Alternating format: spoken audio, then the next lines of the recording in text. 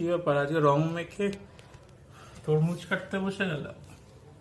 রং মেখে কি রং রং দিয়েছো তাই আজকে হোলির দিনে রং খেলায় তরমুজ খেতে হয়।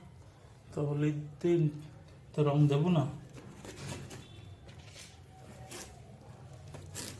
দেখি তরমুজের ভেতরটা কিরকম লাল কিনা।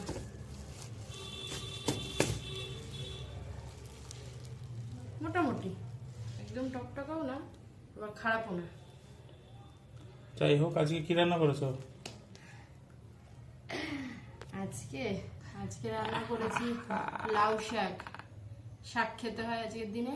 লাউ শাক আর লাউ পাতা বাটা আর হচ্ছে হলো মাটন। আমি শাকটাক আমি আজকে খাবো না, আমি একটাই জিনিস খাবো। তাই তারপরে দেখো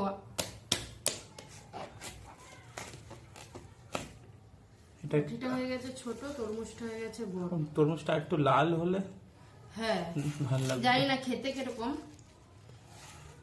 আর মাটন হলে কিছু লাগে না, তাও শাক করেছি। শাক খেলে পেট ঠান্ডা থাকে।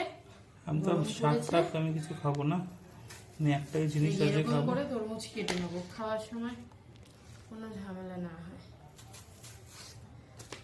হেভি লাগে তরমুজ খেতে। আর তরমুজ খাওয়া তো গরমে ভালো, এর মধ্যে জল থাকে প্রচুর পরিমাণে।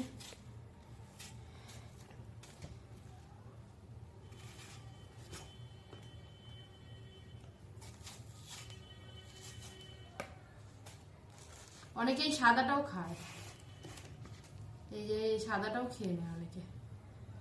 আর এই তরমুজের বীজ দিয়ে তো অনেক কিছু জুয়েলারি হয়, তারপরে তরমুজের বীজ রান্নায় লাগে। কিছু আজকাল ফেলা যায় না, মানুষ সবই খায়।